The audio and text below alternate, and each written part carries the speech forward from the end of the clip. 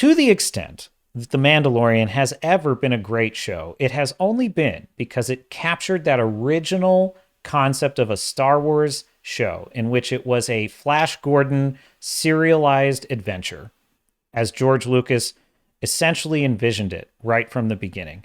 When it achieved that, it was a great show.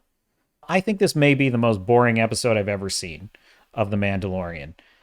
You have the pointless, stupid, I don't even know why, alligator attack in the beginning. Let's face it, all anyone really cares about is Baby Yoda, aka Grogu. Who remembers that name? It's Baby Yoda. It's almost as if at this point, Disney kind of knows Star Wars is dead and they're just phoning it in.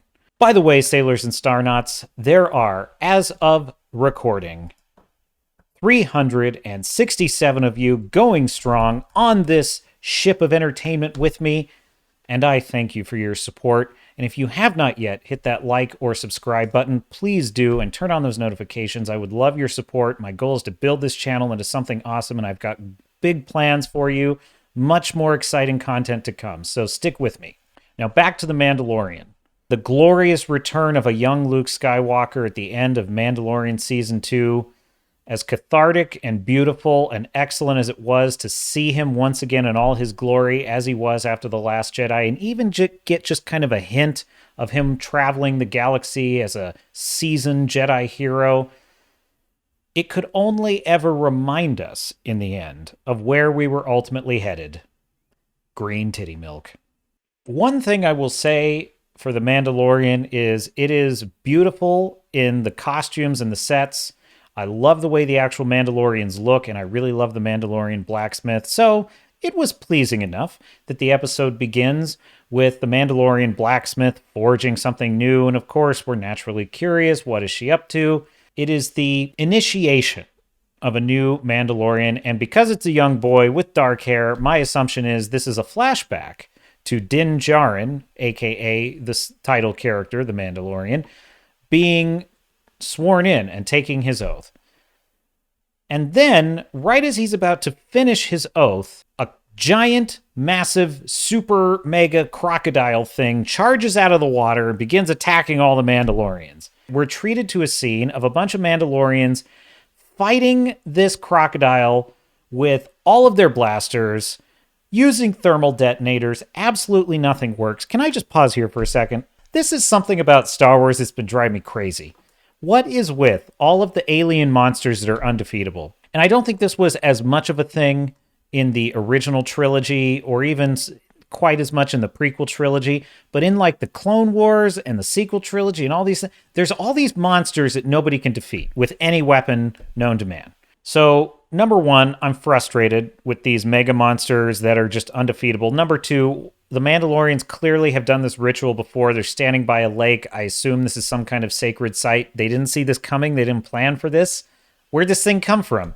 Number three, I really hate action scenes that have no purpose in the overall story. There's no emotional stakes. There's actually no stakes at all for two reasons. Number one, I don't know any of these characters.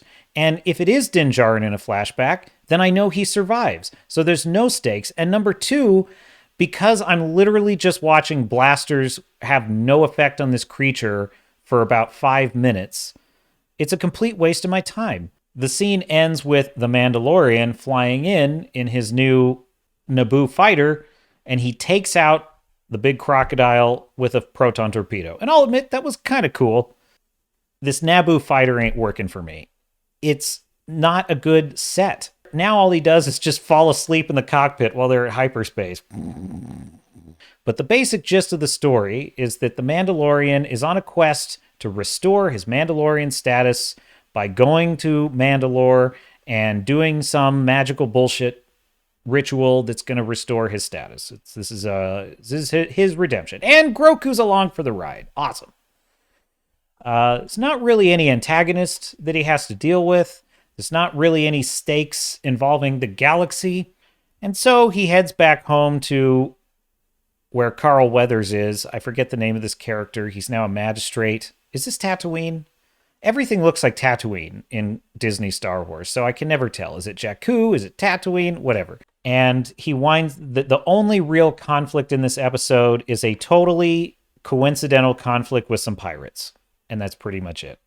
You have zero antagonists. You have zero peril in the galaxy. You have no sense of a big bad. You have a total side quest for your first episode. This is your premiere, and it's a side quest.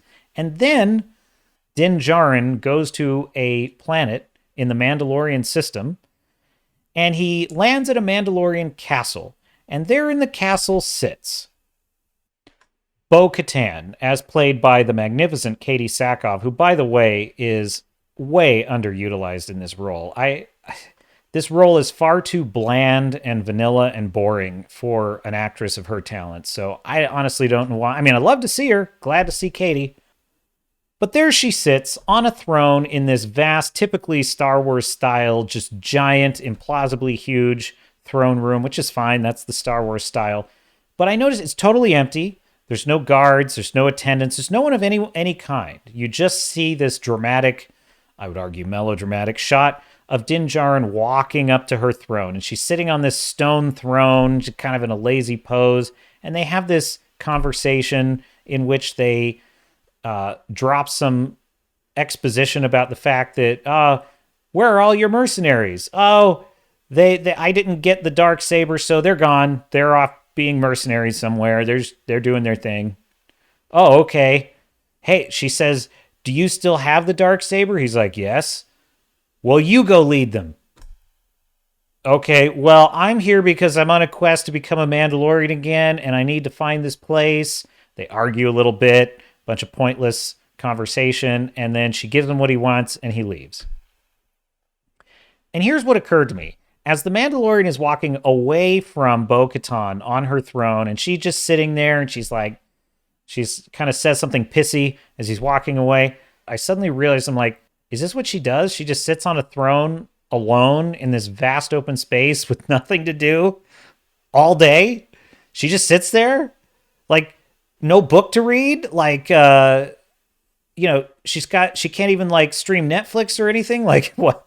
Like in real life, what would you do? At least a king sitting on a throne is there to conduct matters of state. The king does not sit on a throne when there's no one in the throne room. Kings don't do that. The throne is it's not built for comfort. It's built for appearance. So she's literally just sitting on her throne for no reason in a castle that, from everything I can tell, is empty, in the middle of nowhere, with nothing going on, no army, and she's just sitting there. This is episode 1 of The Mandalorian Season 3. Mandalorian is all Disney Plus has. This is their last card to play. It is the only property they have that people were enjoying. It has the only 2 showrunners of any talent in anywhere in Disney Plus, Dave Filoni and Jon Favreau. This was not their best effort. If it were not for this channel and this review, I would never watch this show again. The shameless, unjust, and unfounded destruction of Gina Carano, who is a beloved character on this show, is enough for me to never want to watch this show again. I mean, I had to break my moratorium of subscribing to Disney Plus just to do this review, and I have to tell you, it was painful to hit that subscribe button and allow this crap company to charge my credit card. Well, they wrote her out of the show with a line of dialogue. Well, she joined Special Forces. Okay. I find that both a respectful and sort of disrespectful way to write her off the show. So in summation, The Mandalorian Episode 3 is mostly filler. It is pointless. There is no compelling antagonist. There is no compelling mission. The characters have really nothing to do. Mandalorian Season 3 is, honestly, it's like Last of Us. It's mediocrity at its finest. Well, all I can say of The Mandalorian Season 3 is it's more content, so be excited for more content. That is my review of The Mandalorian Season 3, Episode 1. Don't remember the title and don't care. If you enjoyed this video, Sailors and Starnauts, I do thank you for watching. Please do like and subscribe. And, as always, I will see you out there. Make sure to check out my novel series, Blood and Oak. It's available now on Amazon. It follows the sword and sails adventures of Midshipman John Sullivan. When his sister is kidnapped and sold into slavery by the Barbary pirates, this daring young Navy officer embarks on a suicidal quest for rescue and revenge. It's available now on Amazon in Kindle, paperback, and a fantastic audiobook narrated by Travis Baldry. I'm not just giving commentary and commenting on the problems in entertainment. I'm doing my best to be part of the solution, and I would be truly honored to earn your readership and your support. Until then, I say hail to you, hail to the fellowship, and hail to the Iron Age of entertainment.